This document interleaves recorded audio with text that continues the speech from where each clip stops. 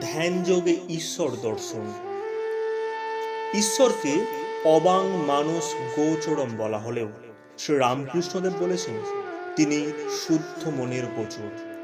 অর্থাৎ আমরা যখন ধ্যানের গভীরে প্রবেশ করি তখন তাকে অন্তরে উপলব্ধি করি। আমরা সূর্যের আলো দেখতে পাই, ওই আলোর মধ্যে যে অগ্নি আছে তা আমরা দেখতে পাই না, কিন্তু আতস কাঁচ দ্বারা ওই ছড়ানো রশ্মিকে গুটিয়ে কাগজের উপরে রাখা হয়, তবে তা পুড়ে যায় এবং অগ্নিকে দেখতে পাই।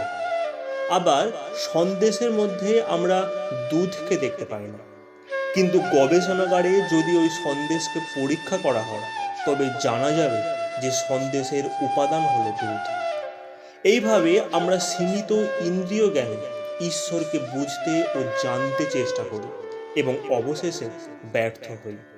কিন্তু ধ্যান সাধনার মাধ্যমে যদি মনের একটি বিশেষ ঊর্ধ্ব কেন্দ্রে দীর্ঘদিন ধরে রাখতে পারি তবে ওই কেন্দ্রে একটি ভার বোধ অনুভব করব।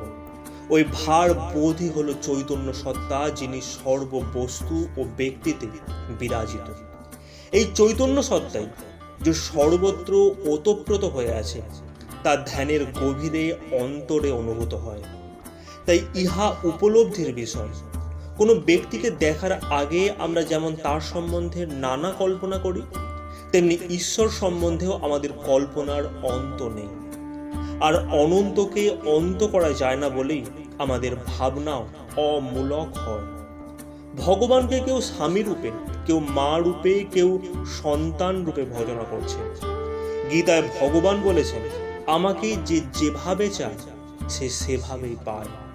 অর্থাৎ ঈশ্বর হলেন নিরপেক্ষ সত্তা, যার যেমন ভাব তার সাথে তিনি তেমন ভাব বা ভালোবাসা করেন।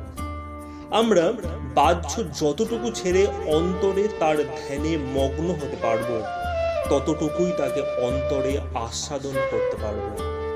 ঘি না খেলে যেমন তার স্বাদ কাউকে বলে বোঝানো যায় না, তেমনি ধ্যানের মাধ্যমে অন্তরে যুক্ত না হলে ঈশ্বর উপলব্ধি হয় না, এবং এটা বলে বোঝানোর ব্যাপারও নয়। 100 ভাগ ব্রহ্মের মধ্যে কেবল 0.4% ব্রহ্মাণ্ড সৃষ্টি হয়েছে। এই সীমিত ইন্দ্রিয় বোধ নিয়ে আমরা ব্রহ্মাণ্ডেরই সবকিছু জানি না।